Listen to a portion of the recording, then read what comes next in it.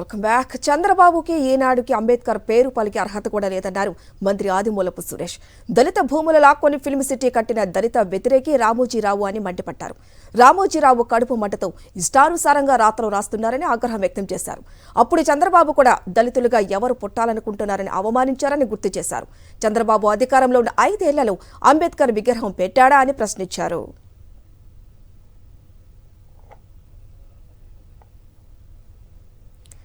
మరిన్ని వివరాలు మా ప్రతినిధి సతీష్ అందిస్తారు. సతీష్, భారతదేశంలోనే కాదు ప్రపంచంలోనే ఇంత పెద్ద ఎత్తున అంబేద్కర్ విగ్రహాన్ని తీసుకొచ్చినటువంటి ఘనత ఏ రాష్ట్ర ప్రభుత్వానికి లేదు. దీని పట్ల సర్వత్రా హర్షం వ్యక్తం అవుతుంది.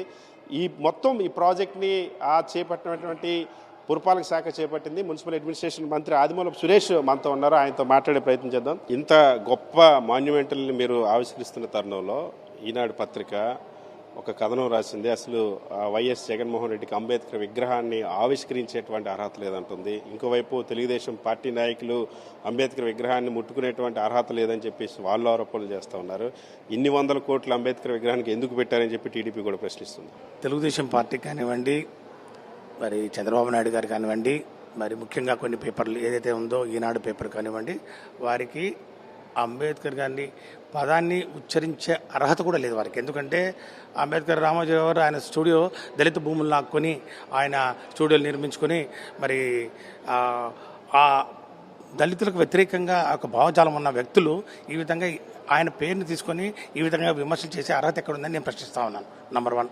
నంబర్ 2, దళితులుగా ఎవరైనా పుడతారా అని చెప్పి చంద్రబాబు నాయుడు గారు ఎన్నిసార్లు అన్నారో మనకు తెలుసు. దానికి ఇప్పటివరకు కూడా ఆయన క్షమాపణ చెప్పలేదని చెప్పి మనకు కూడా అందరికీ తెలుసు.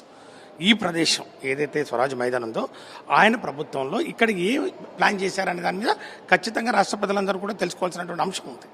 ఇక్కడ ఒక షాపింగ్ మాల్ కావాలా, కమర్షియల్ కాంప్లెక్స్ కావాలా, అంటే ఎప్పుడు కూడా వాణిజ్య ధోరణిలో వ్యాపార మరి లావాదేవీలు అలా ఆలోచనతో మరి చంద్రబాబు నాయుడు గారు ఆలోచన చేస్తే పేద బడుగు బలహీన వర్గాల అణగారిన వర్గాల యొక్క బాధలు, వారిని సమాజంలో వారికి ఇవ్వాల్సినటువంటి సాధికారత, ఆత్మగౌరవాన్ని అందించాలనే ఒక తపన కలిగినటువంటి వ్యక్తిగా జగన్మోహన్ రెడ్డి గారి ఆలోచన ఎలా ఉందో ఒకసారి గమనించాలి.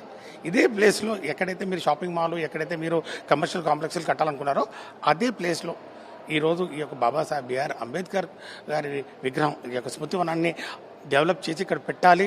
అది తద్వారా అనేకులకు స్ఫూర్తిదాయకంగా ఈ యొక్క అంశం, ఈ యొక్క విగ్రహం నిలబడాలి అనే ఒక ఆలోచన చేసిన వ్యక్తిని గురించా మీరు మాట్లాడేది? ఈ రాష్ట్రమంతా ఈరోజంతా ఒకటే ఈరోజు నామస్మరణం.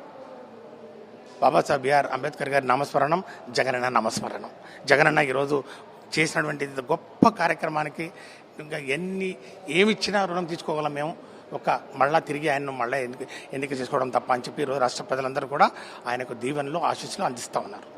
ఖచ్చితంగా బిఆర్ అంబేద్కర్ మాన్యుమెంటల్ని ఈ దేశంలోనే ఎప్పుడు ఎవరు సాధ్యం కాని రీతిలో రూపొందించారు. దాన్ని చూసి ఓరవలేక చంద్రబాబు నాయుడు కొన్ని ఈనాడు లాంటి పత్రికలు అనవసరమైనటువంటి రాతలు రాస్తానని చెప్తారు. దళితులుగా ఎవరైనా పుట్టాలనుకుంటారా అని దళితుల పుట్టుకనే విభేదించినటువంటి చంద్రబాబుకి అసలు అంబేద్కర్ గారి పేరు గురించి మాట్లాడే అర్హత లేదని చెప్పి మంత్రి సురేష్ మండిపడుతున్నారు. శివతో సతీష్, సాక్షి టీవీ, విజయవాడ.